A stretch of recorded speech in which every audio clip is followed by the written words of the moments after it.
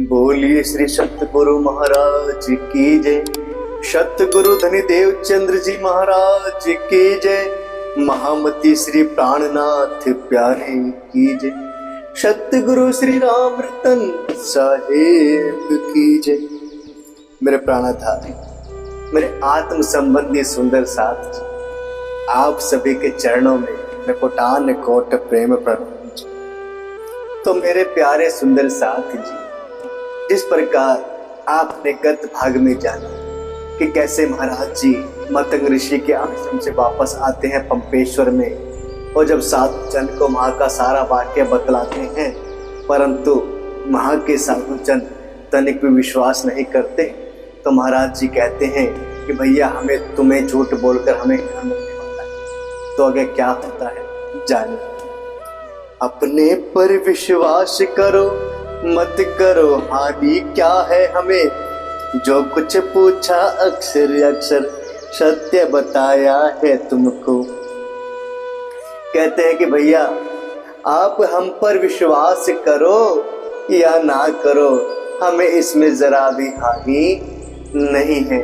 हमारे साथ जो भी घटित हुआ, हमने जो भी अपनी दृष्टि से देखा, हमने अक्सर टू अक्सर एक एक शब्द आपको पूर्ण सत्य के साथ बताया है। इसमें हमने कोई भी झूठ का सहारा नहीं लिया। परीक्षार्थ बोले महंत जी, यदि तुम वहां गए हो तो चिन्ह बताओ हमें वहां के, तब जानेंगे पहुंचे हो। तो परीक्षा लेने के उद्देश्य से वहां पर महंत जी हमसे पूछ लेते हैं कि अगर महात्मा जी आप वहां पर गए हो तो कोई ऐसा एक चिन्ह बता दीजिए कि जिससे हमें पूर्ण विश्वास हो जाए, हमें यकीन हो जाए कि हाँ आप वहां पर पहुंचे हो, तो हम वहां पर आपसे अवश्य मान लेंगे। कहीं पूर्ण बनावट उसकी, मध्य चौतरे के है ताल, कि हमने पूर्ण मतंग ऋषि के आश्रम की व्याख्या उनके समक्ष कर दी कि भैया इस प्रकार का आश्रम है, 3 भागों में बटा हुआ है, और पूर्ण चौतरा वहां का हमने दर्शा दिया कि अंदर जाने का मार्ग भी वहां पर नहीं मिलता। तो कैसे कैसे हम अंदर गए, क्या क्या हमने वहां पर देखा, पूर्ण बनावट हमने उनके सामने मानो परोस दी। फिर क्या होता है, साथ साथ यह भी बतलाया, वहीं पास ही में एक गाय चितकबरे से हुलिये की है, जिसका हाल न चर्चा की जाए। कहते हैं कि हमने साथ साथ एक ये भी बतला दिया कि वहीं पर पास में हमने एक गाय भी देखी थी, जो कि चितकबरे से रंग की थी, परंतु उसका हाल हम बता नहीं सकते कि किस दुविधा में, किस संकट में वह गाय थी। वह बताना भी हमारे लिए सही नहीं है, हम उसको बता नहीं पाएंगे। खाई पड़ी थी पीछे से सब, रक्तपात था बुरी तरह, अपने आगे ही दम तोड़ा, छोड़ आए हम उसी तरह। के पीछे की तरफ से उसको किसी जानवर के द्वारा खाया गया था, और पूरी तरह से उसका रक्तपात चल रहा था, मानो उसके अंदर से रक्त की धाराएं बह रही हो, लेकिन हम उसको बचा नहीं पाए, और हमारे सामने ही, हमारी दृष्टि के सामने ही उसने दम तोड़ा, तो हम उसकी हाल पर उसे वहां पर छोड़ आए। मरने का वृतांत जब मैंने गौ माता को बतलाया, तो महंत जी के मुंह पर एकदम कुछ पीलापन पाया। तो गौ माता के मरने का जब सारी कहानी, सारा वृत्तांत हम महंत जी के समक्ष बताते हैं, तो उसके पश्चात महंत जी को यकीन होने लगता है, उनके चेहरे पर कुछ पीलापन आ जाता है कि हाँ ये झंडू दत्त अवश्य ही सत्य है, बता रहे हैं कुछ। यह हुलिया तो तुम अपनी ही गैया का बतलाते हो, हमने कहा आपकी है तो अपनी को देखो भालो। कहते हैं महंत जी, ये जो तुम हुलिया बतला रहे हो, यह तो हमारी ही गाय का है। तो हम कहते हैं कि अगर महंत जी यह तुम्हारी गाय का हुलिया है, तो एक काम करो, तुम जाकर देखो भालो कि वह तुम्हारी गैया यहाँ पर है या नहीं है। शंकर शंकर फिरे टेरते, भ्रम सा रहा हमारे पर, शायद हमने झूठ कहा है। देखी बाट सवेरे तक कि भैया सब जगह घूम रहे हैं और देख रहे हैं गाय को, परंतु वह गाय मिल नहीं रही और वह सोच रहे हैं कि हम झूठ बोल रहे हैं। फिर भी उन्होंने सुबह तक का इंतजार किया कि क्या पता कहीं से घूमती हुई गाय हमारी वापस आ जाए। गाय न आई और प्रतीक्षा करते उन्हें प्रभात हुआ, तब बेचारे महंत जी को मेरे पर विश्वास हुआ।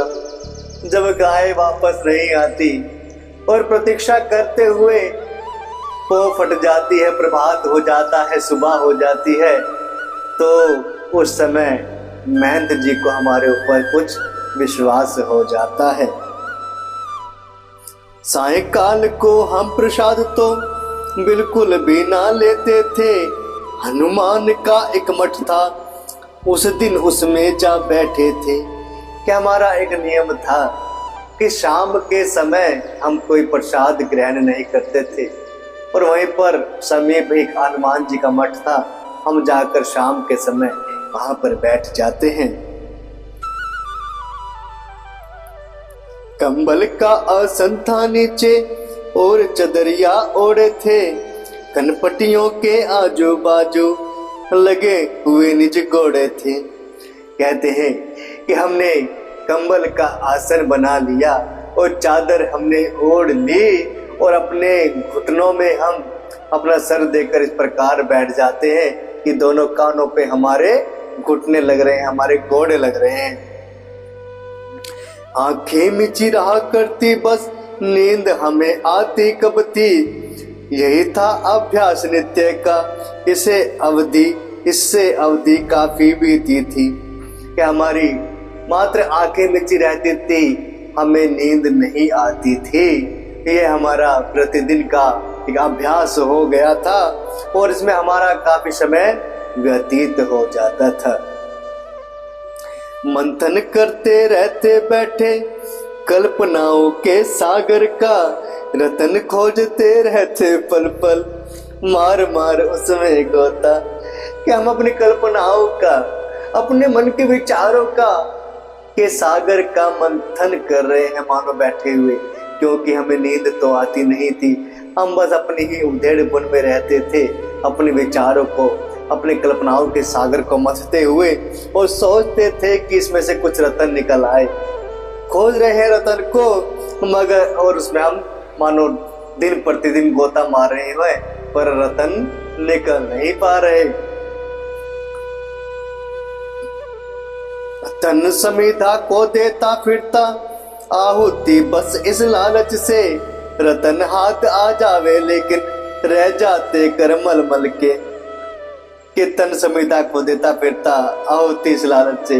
तो जो हमारा तन है अपनी आहुति दे रहा है केवल एक लालच में। क्या लालच है? कि रतन हमें मिल जाए।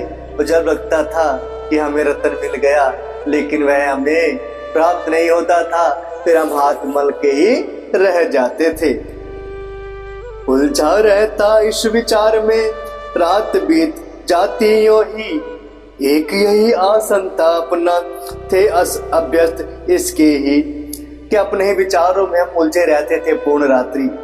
और इस प्रकार का हमारा अभ्यास था कि इस प्रकार हमारी एक ही आसन पर इसी तरह बैठे हुए पूरी रात गुजर जाती थी। अर्धरात्रि उपरांत आज फिर अपने साथ हुआ ऐसा, हाथ हमारा पकड़ किसी ने बड़े जोर से धर बैठा। किस रात्रि में भी अर्धरात्रि के पश्चात हमारे साथ वही पुरानी घटना घट रही है कि जैसे हमें फिर से किसी ने पकड़ लिया हो, हमें जकड़ लिया हो और हमारा शरीर पूरा ऐंठ गया हो। आंखें आज लगी चीरती बलपूर्वक कोई खोल रहा, जो जो खुलती गई आंखें त्यों त्यों प्रकाश उदीप्त हुआ। अब ऐसे लग रहा है कि जैसे हमारी आंखें मिची कर हम बैठे थे, कोई बलपूर्वक हमारी आंखें खोल रहा है और अपने बल से आंखें खोल रहा है तो धीरे धीरे हमारी आंखें खुल रही है और जैसे ही धीरे धीरे आंखें खुल रही है तो हमारे सामने एक बहुत ही प्रकाशवान चीजें सामने आ जाती है, जैसे बहुत प्रकाश यहाँ पर फैल गया हो, जैसे सूरज निकल चला हो, इस प्रकार का लगा हमें। हर एक वस्तु स्पष्ट रूप से पूरी जचने लगी हमें कि अर्धरात्रि के पश्चात यह घटना हो रही है कि मानो सूरज निकल गया हो अर्धरात्रि में और प्रत्येक वस्तु हमें स्पष्ट नजर आ रही है। एक विशाल आकृति सामने छायावत हो गई खड़ी, जब स्थिर हो गई सामने उस पर अपनी दृष्टि पड़ी। एक बहुत बड़ी आकृति, एक बहुत बड़ी विशाल काय चीज हमारे समक्ष उस समय खड़ी हो जाती है आकर, और जैसे ही हमारी आंखें खुलती है और हमारी आंखें नजरें दृष्टि उस पर स्थिर हो जाती है देखते हुए, तो हमारी उन पर नजर पड़ती है और दिखता है क्या है, क्या केवल रूपरेखा थी बस, नाम नाम का था आकार, छूने में आ नहीं सकते थे कहने कहने के साकार। कि मानो केवल एक रूपरेखा हमें नजर आ रही है, एक उस प्रकाश के अंदर इस प्रकार की रूपरेखा है कि हमें नजर तो आ रही है कि वह साकार है, परंतु वह हमारे छूने में नहीं आ रही। इस प्रकार का कुछ हमारे साथ घटित हो रहा है उस समय। बहामरोड़े करता था जो अवसर अवसर पर अपनी, चित कराया करता था जो इस प्रकार से हमें कहीं, जो दिव्य शक्ति हमें हर प्रकार हर समय जब जब हमारे साथ इस प्रकार की घटना हुई हमें चेत कराते थे और हमारी भाव मरोड़ते थे। कुछ इस प्रकार भी ऐसा होता है इस बार भी। देखो हनुमान जी है ये, सादर इन्हें प्रणाम करो, बल पराक्रम के दाता है, उठ कर के सम्मान करो। देखिए प्राणाधार सुंदर साथ किस प्रकार की लीलाएं महाराज जी के जीवन में घटित हो रही है कि पहले शिव जी भगवान स्वयं आते हैं, महाराज जी को प्रसाद देते हैं और महाराज जी को कहते हैं कि हमें गुरु बना लीजिए, परंतु महाराज जी नहीं मानते। और आज इस प्रकार की घटना हो रही है कि हनुमान जी के मठ में बैठे हैं और अर्धरात्रि के पश्चात हनुमान जी स्वयं समक्ष खड़े हो जाते हैं और वह दिव्य शक्ति जो अवसर अवसर पर महाराज जी को हमेशा चेताती रहती है, वह कहती है, अरे झंडोदत्त, ये स्वयं पूर्ण अति पूर्ण हनुमान जी खड़े हैं, जाओ इनको प्रणाम करो। अरे बल के दाता है, इनसे बलशाली कोई भी नहीं, जाओ इनका सम्मान करो झंडोदत्त, इनका सम्मान करो। ये सहायता देंगे तुमको, बस इन्हें एडजस्ट करो। मैंने कहा अलक्षित बंधु, कृपया हमको माफ करो। परंतु महाराज जी अपने निश्चय के दृढ़ है, पक्के हैं, उन्हें केवल परमात्मा की तलाश है। जब वह दिव्य शक्ति कहती है कि जाकर इनका सम्मान करो, इनको प्रणाम करो, तो महाराज जी कहते हैं, अरे दिव्य शक्ति, अरे बंधु, हम आपको भी हाथ जोड़कर प्रणाम करते हैं, कृपया करके हमें माफ करो, हमें इनको ऐसा मध्यस्थ इनको नहीं कर सकते। उत्तर इस प्रकार का देके बैठ गए मुंह नीचे कर, दिव्य पुरुष बोला अपने से बाहों में झटके देकर।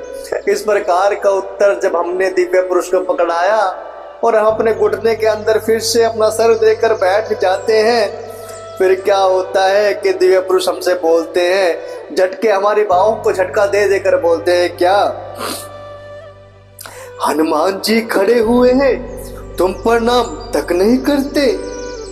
अरे शिष्टाचार नहीं है ये, बुरी बातियों नहीं करते। दिव्य पुरुष कहते हैं झटका देते वाले, तुम्हारे समक्ष स्वयं हनुमान जी खड़े हैं और तुम उनको प्रणाम भी नहीं कर रहे। ये एक अच्छे व्यक्ति के शिष्टाचार नहीं है, अच्छे गुण नहीं है, अच्छे संस्कार नहीं है। देखो झंडोदत्त, ऐसा नहीं किया करते। तुम एक काम करो, उठो और हनुमान जी को प्रणाम करो। उन्हें देख कर मैं बोला, भाई हनुमान है होने तो, क्या मतलब इनसे अपने को हमको बैठे रहने दो। देखिए महाराज जी के वक्तव्य क्या है कि अगर हनुमान जी है तो अपने हनुमान जी होंगे, भैया मुझे इनसे कोई मतलब नहीं है, हमें क्या करना है इनका, हमें तो केवल एक पूर्ण ब्रह्म परमात्मा की तलाश है, केवल हमें इस पार ब्रह्म परमात्मा की तलाश करनी है। उनके लिए ही मैं उनकी खोज में निकला हूँ। मुझे हनुमान जी से कोई लेना, क्यों सहायता लेंगे इनसे, अटक रहा क्या ऐसा काम, 33 कोट देवता है या किस किस को हम करे प्रणाम। महाराज जी सीधी स्पष्ट बात कह देते हैं बिना किसी हेर फेर के। अरे भैया हम इनसे सहायता ले तो क्यों ले, हमारा ऐसा काम क्या अटक रहा है कि जो हनुमान जी की सहायता से होगा। अरे संसार में, इस ब्रह्मांड में 33 कोटि देवी देवता है, तो क्या हम हर किसी को प्रणाम करते फिरेंगे? नहीं नहीं, केवल पूर्ण पार ब्रह्म परमात्मा से ही हमें सर झुकाना है, उनको हमको ध्याना है। हमें नहीं करवाना कुछ भी, अपना काम निभा लेंगे, हमें जरूरत है जिसकी उसको हम खुद ही पालेंगे। कि भैया हमें इनसे कुछ कार्य नहीं कराना, हम अपना काम स्वयं ही कर लेंगे। और जिनकी हमें तलाश है, जिनको हमें पाना है, उनको हम खुद ब खुद पालेंगे। यह सर कभी नहीं झुकता, बिना वजह मत तंग करो, यह तो अपने को ही झुकेगा, जाओ ध्यान मत भंग करो। कहते कि यह सर बिना वजह कहीं नहीं झुकता, कृपया करो और हमें तंग मत करो। जब यह पर अपने पार परमात्मा के समीप मेरा सर होगा तो यह खुद ब खुद झुक जाएगा। यह सर केवल अपने को झुकेगा, मेरा ध्यान कृपा करो और भंग मत करो। दिव्य पुरुष कुछ सकुचाए से फुसफुसाए फिर कानों में, हनुमान जी काम आएंगे बड़े तुम्हारे कामों में। फिर दिव्य पुरुष कुछ सकुचा जाते हैं और हमारे कानों में कुछ फुसफुसाते हैं और क्या कहते हैं, अरे झंडू तक सुनो, हनुमान जी तुम्हारे आगे इस यात्रा में बहुत काम आएंगे। इस प्रकार की बात दिव्य पुरुष हमारे कानों में कह रहे हैं। इन्हें ग्रहण कर लो अपने में, मान जाओ मेरा कहना, सदा रहेंगे सदा तुम्हारे, हर्ज कौन सा है अपना। कहते हैं एक काम करो, आप इनको अपने अंदर ग्रहण कर लो, ये तुम्हारे इस यात्रा में तुम्हारे साथ रहेंगे, इसमें कोई हर्ज नहीं है। जहाँ इनकी जरूरत पड़ेगी अपने आप अपना काम कर देंगे, तुम्हें पे कोई जोर नहीं डालना, इसमें क्या हर्ज है। बहुत जिद की दिव्य पुरुष ने हमको जब मजबूर किया, हनुमान थे जिधर उधर से पीछे को मुंह फेर लिया। कि जब दिव्य पुरुष हमसे बहुत ही जिद कर बैठते हैं और हमें परेशान कर देते हैं, तो फिर हम क्या करते हैं कि जिस तरफ हनुमान जी खड़े होते हैं, अब उनसे अपोजिट साइड मुंह फेर कर बैठ जाते हैं, जिससे वह आकृति सामने की ना हमको नजर पड़े। जब देखा तो हनुमान जी इधर पहुंचा खड़े हुए। हमने जैसे ही मुंह फेरा तो हमने सोचा कि भाई हनुमान जी की जो आकृति बनी हुई है वह हमें सामने से नजर नहीं आएगी, परंतु जैसे ही हमने मुंह फेरा तो देखा कि हमने जिस तरफ मुंह किया वह आकृति हनुमान जी की पुनः वहां पर आकर खड़ी हो गई, मानो कि हनुमान जी आज हमारा पीछा छोड़ने वाले नहीं है। अब तो चलने लगे होठ, कहते हो जैसे कुछ हनुमान, लगे हमें वे बड़े भयंकर, शब्द न आता था एक कान। अब तो मानो आकृति से जो हनुमान जी का स्वरूप हमारे सामने खड़ा हुआ है, उनके होठों से कुछ आवाजें आ रही हैं, वो होठों से अपने कुछ बोल रहे हैं, परंतु इस प्रकार के शब्द थे जो हमारे कानों में नहीं पड़ रहे थे। फेर लिया फिर से हमने वो दिशा तीसरी की झट हो लिए, तब हमने हनुमान इधर भी खड़े हुए फिर देख लिए। तो हमने भाई वे काम करा कि तीसरी बार फिर तीसरी तरफ को मुंह फेर लिया, लेकिन जैसे ही मुंह फेरा तो देखा कि भाई हनुमान जी फिर इस साइड भी हमारे सामने खड़े। तो मानो कि हनुमान जी आज छोड़ने वाले नहीं है। सोचा झंडू दत्त तुम्हें तो जंजालों ने घेर लिया, प्यारे जंजालों ने घेर लिया। उठ बैठे एक साथ हाथ में ले लोटा कंबल अपना। कि झंडू दत्त सोचते हैं कि भाई झंडू दत्त तुम्हें तो आज इस प्रकार के जंजालों ने घेर लिया कि जिससे बचना मुश्किल है। अब एक काम करा कि उठे और अपना लोटा कंबल हाथ में लेकर वहां से उठ लिए। तो प्राणधार सुंदर साथ जी देखिए किस प्रकार हनुमान जी भी महाराज जी का साथ छोड़ने को बिल्कुल भी तैयार नहीं है। जहां महाराज जी को फेरते हैं वहीं हनुमान जी खड़े हो जाते हैं और महाराज जी के मन में विचार आ जाता है कि भाई जंजालों ने आज तो घेर लिया, और वहां से फिर उठते हैं। आगे देखिए क्या होता है, क्या हनुमान जी को महाराज श्री ग्रहण करते हैं या नहीं, जानने के लिए देखेगा अगला भाग। तब तक के लिए मेरा प्राणधार, मेरे आत्म संबंधी सुंदर साथ जी, आप सभी के चरणों में मेरा कोटान कोट प्रेम प्रणाम।